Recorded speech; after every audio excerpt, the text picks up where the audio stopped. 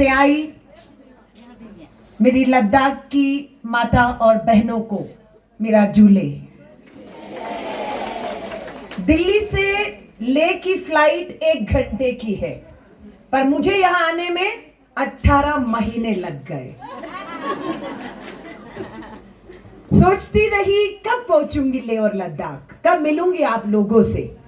आज मैं धन्यवाद करती हूं हमारे लेह लद्दाख के कांग्रेस के अध्यक्ष कि आपकी वजह से सर ये संभव हो पाया है कि महिला कांग्रेस आज यहां पर, बिल्कुल आपका सपोर्ट, हमारी पूरी महिला कांग्रेस अध्यक्ष, हमारी लेह और कारगिल महिला कांग्रेस अध्यक्ष के साथ पूरी जो टीम आपके पीछे बैठी है, हमारे युवा कांग्रेस के युवा पार्षद जीते हुए हमारे हिल काउंसिल के जितने भी हमारे पास जीते हुए इलेक्टेड लोग हैं, ब्लॉक प्रेसिडेंट हैं, सभी के सपोर्ट के बिना संभव नहीं था।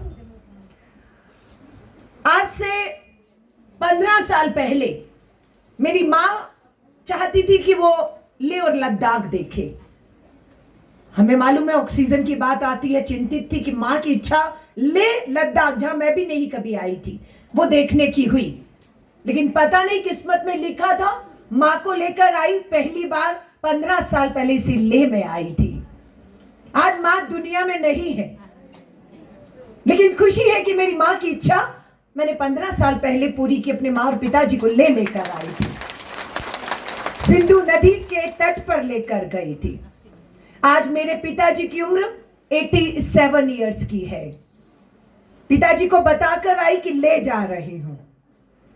पिताजी ने कहा इच्छा दोबारा जाने की है, लेकिन नहीं जा सकता हूं, 87 इयर्स का हूं, लेकिन एक बार ले देखा है, वो आज भी याद है। तो यहां से वीडियो कॉल करके पिताजी को दिल्ली में दोबारा से ले और सिंधु नदी के जो है दर्शन करवाए।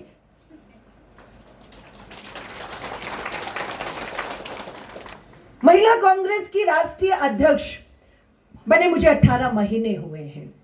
इन 18 महीनों में हमारे देश में 28 राज्य हैं और 8 केंद्र शासित राज्य हैं, जिसमें दिल्ली और आपका लद्दाख भी आता है। आज लद्दाख पहुंचकर मेरा ये दौरा 28 राज्य 8 केंद्र शासित राज्यों का आज पूरा हो गया है।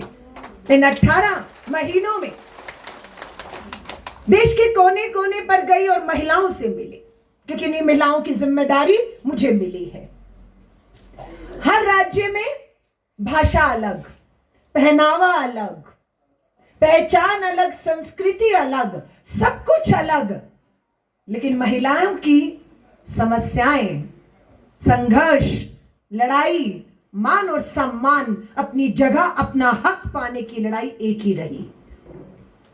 आज संविधान की बात मेरे नेता राहुल गांधी करते हैं। वो संविधान जिसे आज हमें बचाना है। किसको खतरा है, किसको कौन खतरा पहुंचा रहा है हमारे संविधान को? दिल्ली में बैठी ऐसी बीजेपी और आरएसएस की सरकार है जो हमारे संविधान पर हमला कर रही है। क्या होगा अगर हमला हुआ? क्या फर्क पड़ेगा इस देश की 70 करोड़ आबादी, आपको, मुझे, महिलाओं को, हमारी बेटियों को क्या फर्क पड़ेगा? बहुत फर्क पड़ने वाला है अगर संविधान से छेड़खानी हुई तो। आपको मालूम है जब देश आजाद हुआ, हम महिलाओं को वोट का अधिकार नहीं था। बोल रही महिलाएं कम अकल होती हैं, इनमें सोच नहीं होती है, इन्हें अधिकार नहीं देना चाहिए, वोट का अधिकार नहीं था हमें। फिर बाबा साहब अंबेडकर ने, पंडित जवाहरलाल नेहरू ने, सबने मिलकर देश का संविधान लिखा और हम महिलाओं को पुरुषों के बराबर वोट का अधिकार दे दिया कि नहीं, बराबर का अधिकार होगा। और हम वोट करती हैं, हम वोट से चोट करती हैं, अपनी सरकार, अपना नुमाइंदा चुनते हैं। फिर राजीव गांधी जी की सोच वहीं तक नहीं थी। उन्होंने कहा ये महिलाओं को वोट का ही अधिकार क्यों हो, इन्हें आगे बढ़कर चुनाव लड़ने का अधिकार क्यों नहीं मिलना चाहिए? ये राजीव गांधी जी की सोच थी। और राजीव गांधी जी ने संविधान में बदलाव किए और महिलाओं को 33% आरक्षण देकर पंच और सरपंच पंचायतों में और नगर निगमों में प्रतिनिधित्व दे दिया। आज 15 लाख, आज देश में 15 लाख हमारी मां, बहन, बेटियां चुनकर, चुनाव जीतकर विधानसभा, पंचायतों में और नगर निगमों में है। राजीव गांधी जी का सपना अधूरा रह गया। पंचायतों में, नगर निगमों में आरक्षण मिला, लेकिन विधानसभा, देश की लोकसभा जहां से फैसले होते हैं, वहां महिलाओं को अधिकार नहीं मिला। यह लड़ाई सोनिया गांधी जी ने लड़ी हमारे लिए। केंद्र की भाजपा सरकार पर दबाव बनाया कि महिला आरक्षण कानून पास करिए, विधानसभा और लोकसभाओं में भी महिलाओं को बराबर का अधिकार दे दीजिए। हमारा दबाव काम आया। 33% महिला आरक्षण कानून पास हो गया। सबने कहा थैंक यू मोदी जी, लेकिन वो मोदी जी ने हमारे साथ धोखा किया। कानून पास कर दिया, कानून लागू नहीं कर रहे हैं। लागू होना चाहिए या नहीं? इस आधी आबादी की आवाज विधानसभा और लोकसभा तक पहुंचनी चाहिए या नहीं? हमारे हाथ में हमारे फैसलों की कलम होनी चाहिए या नहीं? और जिन्होंने रोका हुआ है उनसे हमें लड़ना चाहिए या नहीं? लड़ेंगे या नहीं? लड़ेंगे या नहीं? मुझे गर्व है आपके ऊपर जब हमारे एक युवा साथी ने बताया कि यहां पर 1000 पुरुष, 1000 लड़के बच्चे पैदा होते हैं तो उससे अधिक बेटियां, 1004 बेटियां पैदा होती हैं। और आपको पता है देश के हालात, अभी हम बिहार, गुजरात के आंकड़े देख रहे हैं। अगर 1000 लड़के पैदा हो रहे हैं तो 800-900 बेटियां पैदा हो रही हैं। बाकी बेटियां कहां जा रही हैं? यानी कि आज भी गर्भ में सेक्स क्या है बच्चे का जानकर, बेटी है तो मार दिया जा रहा है। आज भी बेटियों को गर्भ में मारा जा रहा है। और लद्दाख अपने आप में पूरे देश के सामने एक उदाहरण बना बैठा है। जहां बेटियों को गर्भ में मारा जाता है, वहां पर यहां मां की कोख से बेटियां पैदा हो रही हैं। मां की कोख से बेटियां लद्दाख में पैदा हो रही हैं। यहां मारने की सोच नहीं, यहां पढ़ा लिखा कर आगे बढ़ाने की बेटियों को सोच है। ये हमारी सरकार थी जो कन्या भ्रूण हत्या कानून लेकर आई कि बेटियों को गर्भ में मारना अब एक अपराध होगा और अपराधी को सजा मिलेगी। आज मेघालय एक राज्य है, वहां पर भी मैं होकर आई, उत्तर पूर्वी, नॉर्थ ईस्ट का मेघालय। वहां पर भी महिलाएं आपकी तरह बहुत जगह जागरूक है। वहां पर शादी होती है तो बारात बेटियां लेकर जाती हैं और डोली में दूल्हा आता है। वहां उल्टा है, वहां बेटियां पढ़ी लिखी हैं, कमा रही हैं और बारात लेकर जाती है और दूल्हा लेकर आती है। मेघालय एक अपने आप में देश, अपना राज्य है जिसे गर्व है अपने ऊपर। हर राज्य में अपनी एक कहानी, अपनी एक पहचान है। मैं सिर्फ आपसे ये कहूंगी, राहुल गांधी जी की भारत जोड़ो यात्रा, भारत जोड़ो न्याय यात्रा इस देश को जोड़कर एक रखने की यात्रा थी। क्यों जरूरत पड़ रही है आज? कौन तोड़ रहा है इस भारत को जो हमें जोड़ना है? कौन तोड़ रहा है? वही ताकतें जो दिल्ली में बैठी हुई हैं। इन्होंने मणिपुर के अंदर 2 समुदायों को आपस में लड़वा दिया और 2 साल से मणिपुर आग की लपेट में है। कुकी एक समाज, एक मैतेई समाज, 2 समाज आपस में लड़ रहे हैं, एक दूसरे के खून के प्यासे हैं। लेकिन केंद्र की भाजपा सरकार चुप बैठी हुई है। प्रधानमंत्री नरेंद्र मोदी विदेशों में जाएंगे पर मणिपुर के लोगों में बैठकर बात करके उन्हें एक करने का काम नहीं कर रहे हैं। वो एक करने का काम उन एक ही राज्य के, एक ही देश, एक ही राज्य के 2 लोगों को एक रखने का काम श्री राहुल गांधी जी ने किया। भारत जोड़ो न्याय यात्रा की शुरुआत मणिपुर से करते, हर एक को साथ लेकर चले। और आज सच्चाई है कि भाजपा की सरकार मणिपुर में थी, आज उनकी सरकार वहां नहीं है। 2 सांसद भाजपा के थे, आज मणिपुर के दोनों सांसद राहुल गांधी जी और कांग्रेस के हैं। लोगों ने कर दिया उन्हें बाहर। आज मैं लद्दाख के लोगों को कहूंगी, 120 लोग लद्दाख, लेह और कारगिल से, लद्दाख से 120 लोग पैदल चले, राजधानी दिल्ली की तरफ चले। 1 महीने तक ठंड, आंधी, तूफान, पैरों में छाले, खून, महिला, पुरुष दिल्ली तक पहुंचे। किस लिए पहुंचे थे? क्या मांग रहे थे केंद्र की भाजपा की तानाशाह सरकार से? लद्दाख की पहचान, लद्दाख के हक और अधिकार, लद्दाख पे पहला हक अगर किसी का था, है और रहेगा, वो लद्दाखियों का यानी कि आपका रहेगा। हमारे कांग्रेस अध्यक्ष ने बताया कि प्रधानमंत्री मोदी जी बाहर के लोगों को लाकर यहां बसाकर यहां की जो डेमोग्राफी है उसे बदलना चाहते हैं। हम मेहमान हैं, हम आपके घर में आएंगे, हम मालिक तो नहीं हो जाएंगे ना। लेकिन केंद्र में बैठी दिल्ली की सरकार मेहमान को भेजकर मकान से मालिक को बाहर कर रही है और मेहमानों को मालिक बना रही है। ये होना चाहिए? ये लड़वाने का काम है। हमारे देश में कहा जाता है अतिथि देवो भव, अतिथि मेहमान भगवान के समान है, लेकिन मालिक मत बनाओ उसे। मेरा हक, मेरी जमीन, मेरी पहचान, मेरी संस्कृति, मेरे त्योहार, मेरी बोली, उसे जिंदा रहने दो। वही मेरी पहचान है, वही लद्दाख की लद्दाखी की पहचान है, जिसे हमेशा बचाने का काम, बचाने के प्रयास कांग्रेस ने किए हैं और कांग्रेस आज भी लड़ रही है। लद्दाख से जो सोनम वांगचुक जी के नेतृत्व में 120 लोग गए राजघाट बापू की समाधि पर, राष्ट्रपिता महात्मा गांधी की समाधि पर जाना चाहते थे। दिल्ली पुलिस ने उन्हें समाधि पर बापू को श्रद्धांजलि देने के लिए नहीं जाने दिया। देश के प्रधानमंत्री, देश की राष्ट्रपति, वो मिलना चाहते थे आपसे। लोकतंत्र है ना, अरे बुला लेते, मिल लेते, सुन लेते उनकी बात, पर नहीं। ये क्या है? तानाशाही नहीं है। ऐसे चलेगा देश, ऐसे चलेगा लोकतंत्र। ये अपमान है लद्दाखी लोगों का कि वो 120 लोग पैदल चलकर गए और आपने समय नहीं दिया, उनकी बात नहीं सुनी। और आज जो उनकी मांग है, 6 शेड्यूल की जो बात कर रहे हैं, यूटी की अपनी विधानसभा की बात कर रहे हैं, यहां के फैसले दिल्ली से नहीं होने चाहिए। ये बात मैं आपको भी कह रही हूं। लद्दाख के फैसले लद्दाख में होने चाहिए और लद्दाख के फैसले कोई बाहर का नहीं, लद्दाखी ही करेगा। इसके लिए आपको लड़ना चाहिए, आपको लड़ना चाहिए।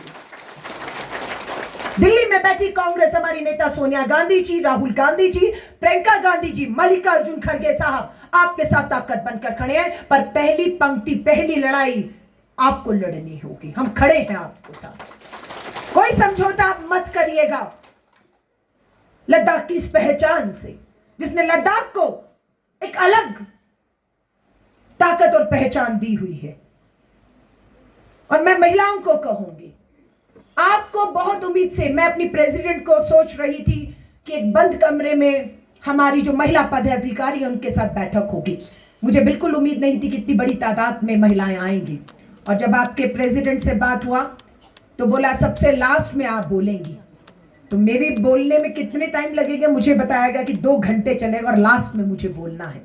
सो मुझे लगा 2 घंटे में तो खाली हो जाएगा। ये सब अपना काम छोड़ के, सब चीज छोड़कर 2-2.5 घंटे नहीं बैठेंगी और शायद 2-4 महिलाएं रह जाएंगी जिनको मैं बात करूंगी। लेकिन मैं आपका धन्यवाद करती हूं कि आपने 2-2.5 घंटे, आपके चेहरों पे मेरी नजर थी, मैं भी यहां से 1 मिनट के लिए हिली नहीं।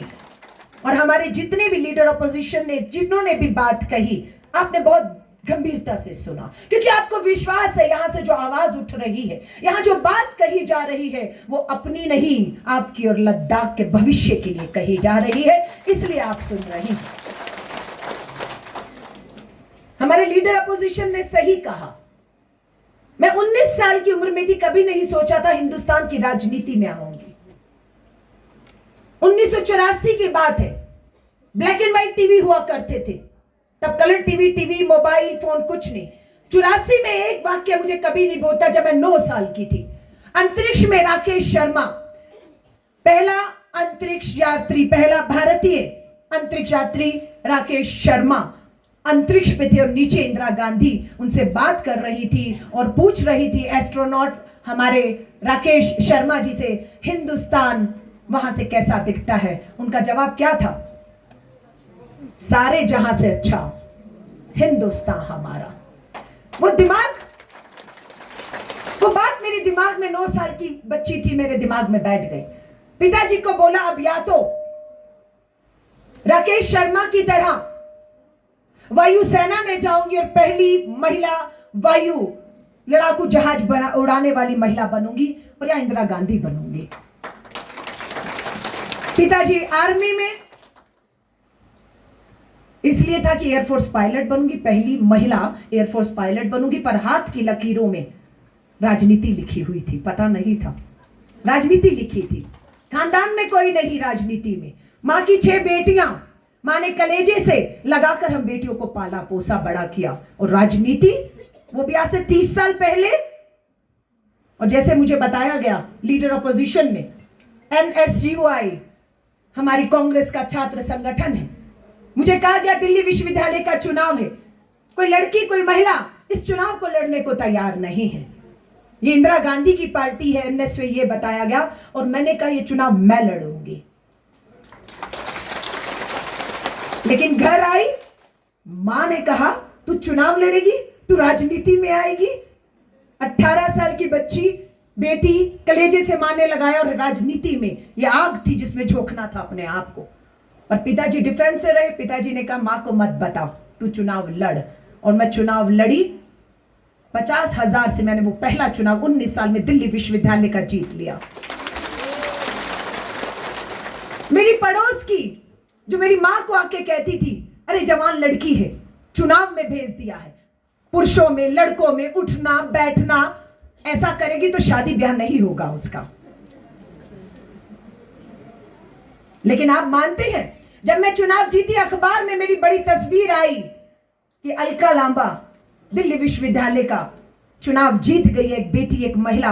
वही मेरी पड़ोस की हमारी आंटी मेरी मां को अखबार दिखा रही थी और गर्व महसूस कर रही थी कि देख तेरी बेटी का फोटो आया है उस अखबार में। वही आंटी, वही हमारी पड़ोस की महिलाएं। सोच बदल गया। 30 साल हो गए मुझे इस सफर में। आज 30 साल का इस लंबे सफर में मैंने हर उम्र के पड़ाव में, कॉलेज स्कूल 18, 19, 20, 30, 40, 50, इस सब पड़ाव को देखा है। और जब इस पड़ाव से गुजरी तो मैं इन महिलाओं की, आपके संघर्ष, आपके सामने आने वाली चुनौतियां सबको समझती हूं, महसूस करती हूं कि आसान नहीं है हमारे लिए सफर। 70 करोड़ है हम लोग, लेकिन फिर किसी से भी बात किया जाए कहते हैं अबला है, बेचारी है, असहाय है, मजबूर है। अरे हम मजबूर नहीं, हम अबला नहीं, हम बेचारी नहीं हैं। अब हम पढ़ लिख रही हैं, हमारे पंखों को एक बार फैलाकर हमें उड़ान तो भरने दीजिए। हम अकेली नहीं, हम 70 करोड़ हैं इस देश में, हम 70 करोड़ हैं। हमारी बुजुर्ग माएं बैठी हुई हैं, जिस दौर में वो जी होंगी, लाइट नहीं, बिजली नहीं, फोन नहीं, कोई खबर नहीं। आज हम आधुनिक भारत में हैं, आज दुनिया से जुड़ चुके हैं हम लोग। आज आप एक आवाज यहां से उठाएंगे, अपने मोबाइल पर एक वीडियो बनाएंगी, फेसबुक पे डालेंगी, पूरा भारत नहीं पूरी दुनिया देखेगी आपको। ये पहले नहीं था।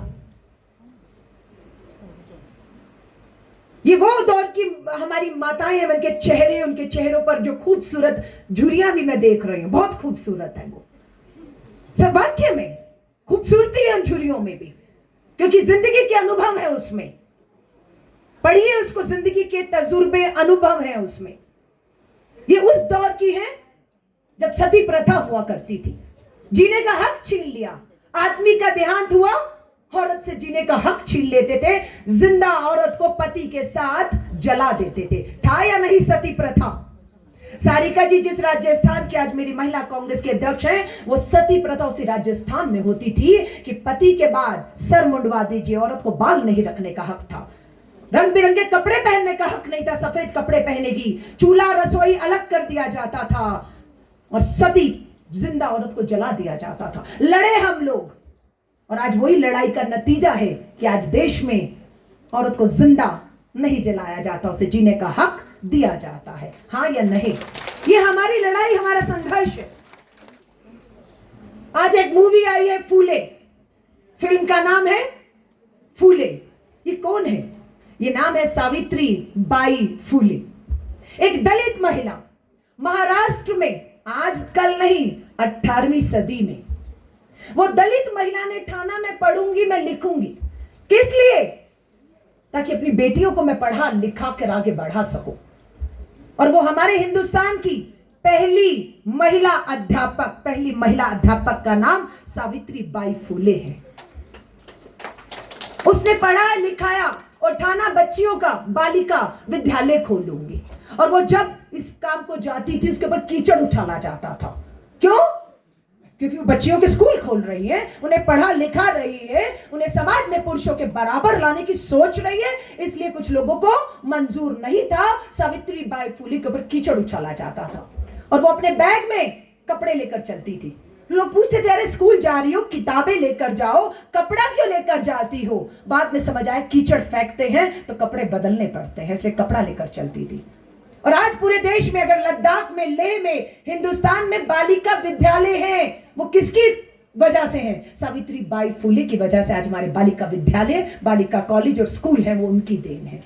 और उनके ऊपर फिल्म भी आई है। ये भाजपाई, ये संघी नहीं चाहते कि आप वो फिल्म देखें, उस पर रोक लगा रहे हैं, पर राहुल गांधी जी ने वो फिल्म देखी है। और मैं आपको भी कहूंगी, फुले फिल्म देखिए कि ये संघर्ष, ये त्याग, ये बलिदान हमारी आधी आबादी ने पहले भी दिए हैं, आजादी से लेकर आज भी दे रही है, और आपको भी देना होगा।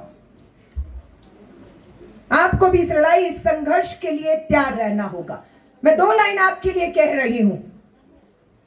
कोमल है, कमजोर नहीं तू। हम कोमल हैं। हमारी बेटियों की तरफ देखिए, माताओं की सब कोमल है, ये हमारी खूबसूरती है। लेकिन हमारी कोमलता को हमारी कमजोरी समझने की गलती मत करिएगा। हाँ या नहीं? कहना होगा या नहीं कहना होगा कि कोमल है, कमजोर नहीं तू। शक्ति का नाम ही नारी है। शक्ति का नाम ही जग को जीवन देने वाली, जग को जीवन देने वाली। मौत भी तुझसे हारी है, मौत भी तुझसे हारी है। तो ऐसे बहुत से उदाहरण हैं। मैं सिर्फ आपसे यही कहूंगी, हमारे नेता राहुल गांधी जी भारत जोड़ो के बाद भारत जोड़ो न्याय यात्रा जब की, तो ये बैच देखिएगा, इस पे लिखा है नारी न्याय और एक नारी की तस्वीर है। इस नारी न्याय के तहत राहुल गांधी जी 3 बातों पे हमें काम करने को कहते हैं। मैं आप सबसे कहूंगी, जिन्होंने महिला कांग्रेस की सदस्यता नहीं ली, आज हमारी अध्यक्ष बैठी है, हमारा पूरा परिवार बैठा है, मैं आपसे कहूंगी महिला कांग्रेस की सदस्यता लीजिए। राजनीति की मुख्य धारा में आइए, जागरूक होइए। आपके हक अधिकार, आपके लिए कानून क्या है, हम आपको जागरूक करेंगे, हम आपको ताकतवर बनाएंगे। मैं भी ले मार्केट में भी घूम रही थी, मैंने देखा ले मार्केट की पटरी पर हमारी बहनें रात को 8-9 बजे हाथ से बुन रही हैं और बेच रही हैं। मिली उन बहनों को मैं। कभी कोई खरीदता है, कभी नहीं खरीदता है। 200 की चीज है तो 150-100 पे बार्गेनिंग भी होती है। 1 घंटे का उन्हें बाजार लगाने को मिल जाता है कि बैठ जाओ। तो राहुल गांधी जी का नारा है कि जब इस देश की महिला के हाथ में अपना काम, अपनी कमाई नहीं होगी, ये महिलाएं मोहताज रहेंगी। इन्हें मोहताज नहीं रखना है। हर हाथ काम, हर हाथ कमाई कांग्रेस है लाई। हमें हर बहन को काम देना होगा, हमें हर बहन को कमाई देनी होगी, और उनके हाथ यूं नहीं, उनके हाथों को हमें यूं करना होगा, ताकि वो जरूरत पे यूं ना हो, इवन दूसरों की जरूरत पे हाथ को ऐसा करे। मैं एक और चीज आपको बता रही हूं, 18 महीनों में देश के 18 राज्य, 28 राज्य, 70 करोड़ की आबादी। आपको लगता है कि हम अकेले कुछ चंद महिलाएं बदल देंगी 70 करोड़ में? आपको साथ आना होगा। आएंगी कि नहीं आएंगी साथ में?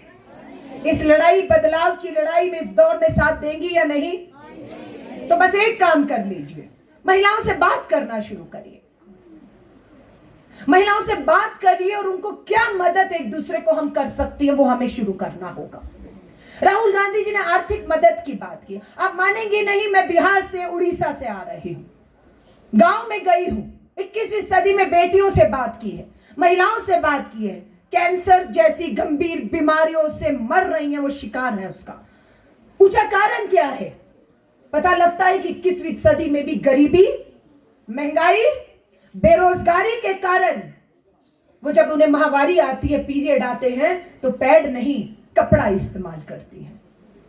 और कितनी बहनों ने बताया कि वो कपड़ा धोती हैं, सुखाती हैं, अगले महीने फिर इस्तेमाल करती हैं और इस वजह से वो गंभीर कैंसर जैसी बीमारियों का शिकार हो रही हैं। पूछा क्यों कपड़ा इस्तेमाल कर रही हो, 21वीं सदी आ चुकी है। बोला क्या करूं मैं 21वीं सदी का, क्या करूं, गरीबी है, महंगाई है, बेरोजगारी है, नहीं है, क्या करूं, कहां जाऊं। खुद भी कपड़ा इस्तेमाल करती हूं और बेटी को भी करती हूं। हर महीने कपड़ा चाहिए, कहां से लाऊं, इसलिए धोती हूं, सुखाती हूं और वही इस्तेमाल करती हूं और आज बीमार हूं मैं। महिला कांग्रेस ने ठाना है हम जिंदगियों में बदलाव लाएंगे और उसमें मुझे आपसे, मेरी लद्दाख की अध्यक्ष बैठी है, मेरी कारगिल की अध्यक्ष बैठी है, मेरी लेह की अध्यक्ष बैठी है, मैं इन तीनों को कहकर जा रही हूं, यह जिम्मेदारी आप तीनों की है। हमने उन जिंदगियों में बदलाव लाया, हमने फ्री की सैनिटरी पैड बनाने वाली मशीन फ्री में उन बहनों को दे दी, उन गांवों में दे दी है फ्री में। अब वो सैनिटरी पैड की मशीन फ्री है, प्रशिक्षण ट्रेनिंग फ्री है, 30,000 पैड बनाने वाला कच्चा माल फ्री है। अब वो बहनों को हम काम दे रहे हैं, कमाई दे रही हैं, वो पैड बना रही हैं और पैड महिला कांग्रेस उनसे लेकर बेच नहीं रही, फ्री में बांट रहे हैं उन गांव में कि कपड़ों से बाहर लाना है, उनकी जिंदगियां बचाना है। और हमारी बहनें और यही मशीनें, मैं अगस्त के महीने में मेरी दोनों अध्यक्षों ने बोला है कारगिल और लद्दाख की कि वो मुझे कारगिल भी लेकर जाएंगी और अभी लेह में भी अब दोनों अध्यक्षों के ऊपर एक काम और जिम्मेदारी देके जा रही हूं कि कहां ये मशीनें, पहली 2 मशीनें एक कारगिल और एक लद्दाख में लगेंगी, किन महिलाओं को हम ये मशीन सौंपने जा रहे हैं। दोनों जगह 10 से 15 महिलाओं को हम फ्री में इस मशीन को चलाने का प्रशिक्षण भी देंगे और ये महिलाएं जब काम करेंगी तो इनकी कमाई हम देंगे, हर महीने इनके खाते में पैसा हम डालेंगे और वो जो 30,000 पैड हैं, जो भी गरीब महिला है, बेरोजगार महिला है, महंगाई में कपड़ा इस्तेमाल कर रही है, आपको लद्दाख को महिलाओं को कपड़ा मुक्त करना है। अगर आपने करके दिखा दिया, पूरे लद्दाख में कोई कपड़ा इस्तेमाल नहीं करती है महिला, सब आधुनिक भारत में जो है पैड पर आ चुकी है, ये आपका सबसे बड़ा योगदान होगा। मैंने दोनों महिलाओं को कहा है हम 5 सिलाई मशीन कारगिल, 5 सिलाई मशीन ले दोनों अध्यक्षों को देने जा रहे हैं, 10 सिलाई मशीन फ्री में हम देंगे। दोनों जगह टीचर रखिए, महिला टीचर रखिए, उनकी महीने की तनख्वाह उनके बैंक खाते में सीधा महिला कांग्रेस डालेगी। और जो भी बेटियां सिलाई सीखना चाहें, हमारे उन दोनों सिलाई केंद्र में उनको सिलाई सिखाने का 1 भी रुपया नहीं लिया जाएगा, फ्री में उन्हें सिलाई सिखाई जाएगी। अब ये इनके ऊपर है, ये कितनी जल्दी जगह चिन्हित करके आप लोगों से मीटिंग बैठक करके इस काम को, उम्मीद तो मैं करती हूं कि अभी जून का महीना है, पूरा जुलाई है, अगस्त तक कम से कम हमारा एक सैनिटरी वेंडिंग मशीन और एक सिलाई केंद्र खुल गया हो, ताकि मुझे भी खुशी होगी कि जो मैं बात जून में करके गई हूं सिर्फ वो बात नहीं है, उस पर काम भी शुरू हो गया और महिलाओं की जिंदगी में बदलाव आ रहा है। सो मैं आप सबको कहूंगी, ये आर्थिक न्याय है। राहुल गांधी जी की नारी न्याय में आर्थिक न्याय, महिलाओं के हाथ काम और कमाई, जिसका मैंने आपको जिक्र किया है अभी। दूसरा है सामाजिक न्याय। क्या है सामाजिक न्याय? समाज में महिलाओं का मान और सम्मान, हक और अधिकार, सरकारी नौकरी हो, कहीं भी हो, चुनाव है, बराबरी का हक दीजिए हमें, करिए हमारी बेटियों के लिए आरक्षण, पढ़ लिख कर आ रही हैं हमारी बेटियां, लद्दाख नहीं छोड़ेंगी, मर्जी होगी दिल्ली जाएं, देश जाएं, विदेश जाएं, लेकिन पहला हक लद्दाख की हर सरकारी नौकरी, हर चीज पे लद्दाख के बेटे और बेटियों का हक है, वो उन्हें यही मिलनी चाहिए। समाज में पूरी तरह भेदभाव, थाना हो, पुलिस हो, कानून हो, जो हक और अधिकार संविधान ने पुरुषों को दिए हैं, वो बराबरी के हक और अधिकार, मान सम्मान हमारी आधी आबादी को भी चाहिए। आज मैं आप सभी से कहूंगी, लास्ट में बोलने को कहा गया है, लेकिन बात यह है कि अगर सारी बात नहीं करूंगे, 18 महीनों बाद आई हूं, पता नहीं अब अगले 18 महीनों बाद 3 साल का हमारा टेन्योर होता है, 1-1.5 साल में शायद हो सकता है कोई दूसरी राष्ट्रीय अध्यक्ष आ जाए। मुझे जैसे बताया गया कि मैं पहली राष्ट्रीय अध्यक्ष हूं जो लेह लद्दाख में यहाँ पर आई हूं, पर मैं धन्यवाद करती हूँ मंच पर उपस्थित सभी लोगों का कि आप ही लोगों की वजह से जो है वो संभव हो पाया है। पर मैं आप सभी महिलाओं से बहुत उम्मीद लेकर जा रही हूँ कि लद्दाख की आधी आबादी में आपकी जिंदगियों में हमारी बुजुर्ग माताएं भी हैं। जिंदगी भर उन्होंने काम किया, कमाई की, घर परिवार पाला पोसा, आज इस उम्र में है। क्या उन्हें घर बैठे बैठे उचित पेंशन मिल रही है? ये आपको कितनी पेंशन है? यहाँ पर कितनी पेंशन मिलती है बुजुर्गों को? यहाँ हमारी बुजुर्ग माताएं जो बैठी हैं, 1000 रुपया। अगर मैं आपसे पूछूं इस महंगाई में एक महीना 1000 रुपए पर एक बुजुर्ग को चलाना हो, जिसमें दवाई भी चाहिए, हाँ सब कुछ करना है, हो जाएगा? बढ़ना चाहिए या नहीं बढ़ना चाहिए? अगर दूसरे राज्यों में 1,500, 2,000, 3,000 है तो उस माँ के लिए भी किसको लड़ना होगा? 80-90 साल में नहीं लड़ सकती ना। उसकी भी बस इतनी इच्छा होती है कि मेरा पोता आ गया, मेरी पोती आ गई, मेरी बेटी के बच्चे, मेरे हाथ में कुछ होगा, वो भी उसको देकर खुश हो जाती है, हाँ या नहीं? पर वो नहीं दे पाती है। उसको डर लगता है कि 1000 रुपया आया है, अगर दे दिया तो कल को मेरी दवा के लिए मेरी जरूरत क्या होगा, हाँ या नहीं? और मैं बहुत सी महिलाओं ने कहा, अब वो सोच रही हैं हम ही दोषी हैं, हमारे पास काम नहीं, कमाई नहीं, हम अपनी जरूरत के लिए हाथ ऐसा कर रही हैं, वो अपने आप को दोष दे रही है। मैंने पूछा क्यों? तो बोला पढ़ी लिखी नहीं है ना। पढ़ी लिखी नहीं है पर आपके हाथ में हुनर है। वो जो लेके मार्केट में महिलाएं बैठी थी ना, सब काम कर रही थी, बुन रही थी, मेहनत कर रही थी, और हुनर है उनके हाथ में। और ये हुनर मुझे पता है हर एक के हाथ में है, कुछ ना कुछ तो आता है, नहीं आता तो सीख जाओगी। उसमें पढ़ाई का कोई अभी काम नहीं है। जिनकी उम्र ज्यादा हो चुकी है, जो सोच रही है अब हम क्या करेंगे, पढ़े लिखे नहीं है, काम बहुत है।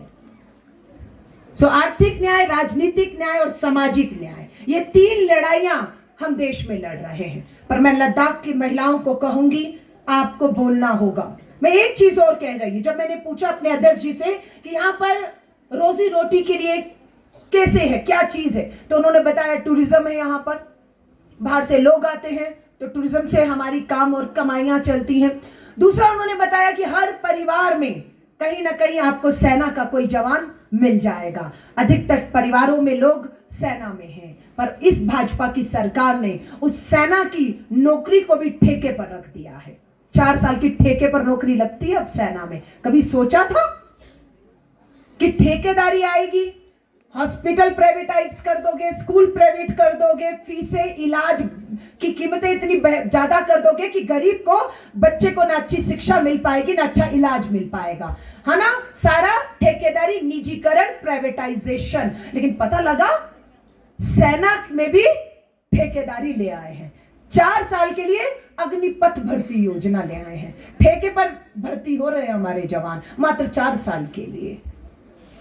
और अभी इसी युद्ध में, ये जो अभी ऑपरेशन सिंदूर हुआ है, पंजाब का एक 19 साल का हमारा बच्चा जो अग्निवीर में शामिल हुआ, शहीद हो गया। मां बाप का इकलौता बेटा शहीद हो गया। उसका शव गांव में लाया गया। मां चीख रही थी, मां चिल्ला रही थी, रो रही थी। और एक मां ने तो कहा अमृतपाल लिखा है, मेरे बेटे का नाम अमृतपाल नहीं, शहीद हुआ है, लिखो शहीद अमृतपाल सिंह। नहीं लिखा था शहीद। क्यों? क्यों? ठेके की नौकरी पर था। गोली तो सीने पर ही आकर खाई उसने। यह अपमान है या नहीं? यह अन्याय है या नहीं? ये शहीद का दर्जा मिलना चाहिए या नहीं? तो बोलिए, बोलिए कि वो जवान है, वो सरहद पर गोली सीने पर खाकर उसने अपनी शहादत दी है, उसके नाम के सामने शहीद लिखना चाहिए। लेकिन नहीं लिखा गया। जब शहीद का शव गांव में लाया जाता है तो फूलों से सजाकर दुल्हन की तरह लाया जाता है, हाँ या नहीं? उसके सर पर सेहरा नहीं था, मां ने सेहरा बांधा। 19 साल का बेटा जवान शहीद हो गया। लेकिन मां ने जब ताबूत जिसमें शव आया था उसे खोला तो उसमें सफेद कफन था, तिरंगा नहीं था। मिलना चाहिए था तिरंगा या नहीं? सफेद कफन में लाया गया क्योंकि ठेके की अग्नि पथ पे भर्ती हुआ है। मां चीखती रही लेकिन तिरंगा कफन में नसीब नहीं हुआ। और जब उसकी शव लाया गया, मैंने कहा दुल्हन की तरह सजा कर लाया जाता है गांव में शहीद का शव, लेकिन यहां पर एक निजी एम्बुलेंस में लाया गया था और एम्बुलेंस का किराया रोते हुए माता और पिता से आंखों में आंसू थे, उनसे किराया मांगा जा रहा था कि एम्बुलेंस का किराया दे दो, उसे तो वापस जाना है। शहीद को जब अग्नि दी जाती है तो तोपों की सलामी, लेकिन उसको नसीब न हुआ ये सब। ये कारण है कि श्री राहुल गांधी जी और कांग्रेस मिलकर भाजपा की ठेके की अग्निपथ भर्ती योजना का हम विरोध करते हैं। आप करती हैं या नहीं? विरोध करते हैं या नहीं? हमारी मांग है कि सेना में पक्की भर्ती बहाल हो, शहीद को शहीद का दर्जा मिले, कफन में तिरंगा मिले और उसे उसके माँ बाप को उसके जाने के बाद हर चीज का हक और अधिकार मिले। और आपने तो राशन भी छीन लिया। मैं आपसे सिर्फ जाते जाते ये कहूंगी कि चुप मत रहिए, चुप मत रहिए। एक ही वायदा आपसे मांग रही हूं। वो क्या वायदा है? क्या वायदा है? चुप मत रहिए। आपको मालूम भी नहीं कि आपकी चुप्पियां दिल्ली में बैठी सरकार के लिए आपकी सहमतियां बन गई हैं। वो जो भी फैसला करती है आप चुप रहते हैं और वो कहती है देखो कोई कुछ बोल ही नहीं रहा, यानी कि सब खुश हैं, सब सहमत हैं। आपकी चुप्पियां आपकी सहमतियां बन रही हैं। अपनी चुप्पी तोड़ो, अपनी चुप्पी बोलना सीखो, गलत को गलत, सही को सही बोलो, डरो मत। और ये महिलाएं ही कर सकती हैं। महिलाएं कभी किसी से डरती या दबाव में नहीं आएंगी। जब ठानेंगी तो सही को सही, गलत को गलत करके आईना दिखाना जानती हैं। आज पूरे आरएसएस संघ प्रचारक के नाम के पत्थर लग रहे हैं। बुद्ध की प्रतिमा लग रही है और संघ प्रचारक के पत्थर लगाए जा रहे हैं। आज भी मैंने देखा सुबह अखबार में। क्या योगदान है इन आरएसएस के लोगों का इस देश की आजादी की कुर्बानियों की लड़ाइयों में और लेह लद्दाख के लिए? क्या क्या योगदान है इन संघियों का आज जो इन पत्थरों में इनका नाम लिखा जा रहा है? मैं आप सबसे यही हाथ जोड़कर कहूंगी, महिला कांग्रेस संगठन के साथ जुड़िए। आपके जुड़ने से हमें ताकत मिलेगी और वो ताकत हम वापस में लेह लद्दाख की सादी आबादी इन महिलाओं की जिंदगियों को बदलने के लिए करेंगे।